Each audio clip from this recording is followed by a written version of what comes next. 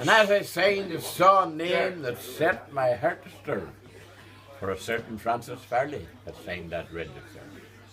Now I knew a lot of Farrellys, and out of all the crew, sure I sat there sort of wondering which Farrelly were you. And when I finished my dinner, sure I sat back in my chair, went round my native land to find which Farrelly were you. Were you that Francis Farrelly I met below Kenmare, who told me that when Ireland fought, so the odds never were fair? If Cromwell hadn't met Sarsfield or met O'Neill, sure it wouldn't be the Mr. Gladstone we'd be looking for appeal. We'd have Ireland for the Irish, and not a Saxon to be seen, and only Gaelic spoken in that house in College Green. Told me landlords were the double and their agents 10 times worse, and an ivory sort of gunman where Ireland was a curse. Now if you're that Francis Farrelly, though your dreams have not come true, still, slàinte, Francis, for I like a man like you. Or were you that Francis Farrelly that often used to say he'd like to blow them papishes from Derry walls away? The boy that often tortured me that Orange Lodge to join, and thought that history started with the Battle of the Boyne. Now I wasn't always with you, Francis, the Pope was not my friend, but hopefully man you'll die without that bloody end. And when you get to Carrier come and get to Kingdom come, there'll be no use teaching you the harp, you'll play the orange drum. Ach man, you were a fighter of that, they had no doubt, for I seen you in Belfast one night when the Antrim Road were out. And many's a time that evening, sure I thought that you were dead, the way them papish paving stones were hopping off your head.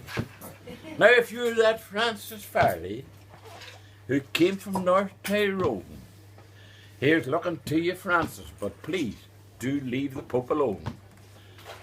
Oh, were you that Francis Farrelly that in my college days, when strolling on the Kingston Pier, there was such a curious grace? You mind them lovely sisters, the blonde and the brunette? So as well I remember, and I don't think you forget, the picnics at the Dargles and others at the Scalp. Sure my heart was palpitating, where's not a pop. Some say you married money, and maybe you were wise, but the gold you loved was in her hair, and the diamonds in her eyes. And I'd like to think you married her, and that you're with her yet. Sure it was some militia officer that married the brunette, but the blonde one always loved ye, and I know you loved her too. So be blessing on you, Francis, and the blue skies over you. Or were you that Francis Farrelly I met so long ago in the bog below Belmullet in the county of Mayo? The long-legged freckled Francis with the deep-set whistle eyes that seemed to take their colour from those ever-changing skies.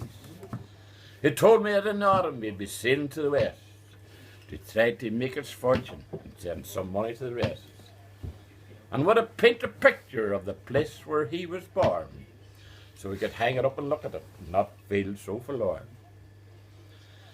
Now if you're that Francis Farrelly, though your fortune may be small, sure I'm thinking, Francis, that I loved you best of all. And I never will forget you, though it's years and years ago, in that bog below Belmullet in the county of Mayo. Brilliant.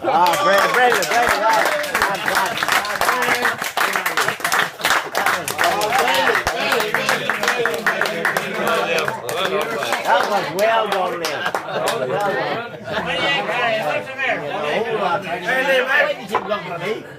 Lee, man, that's a wee bit of it.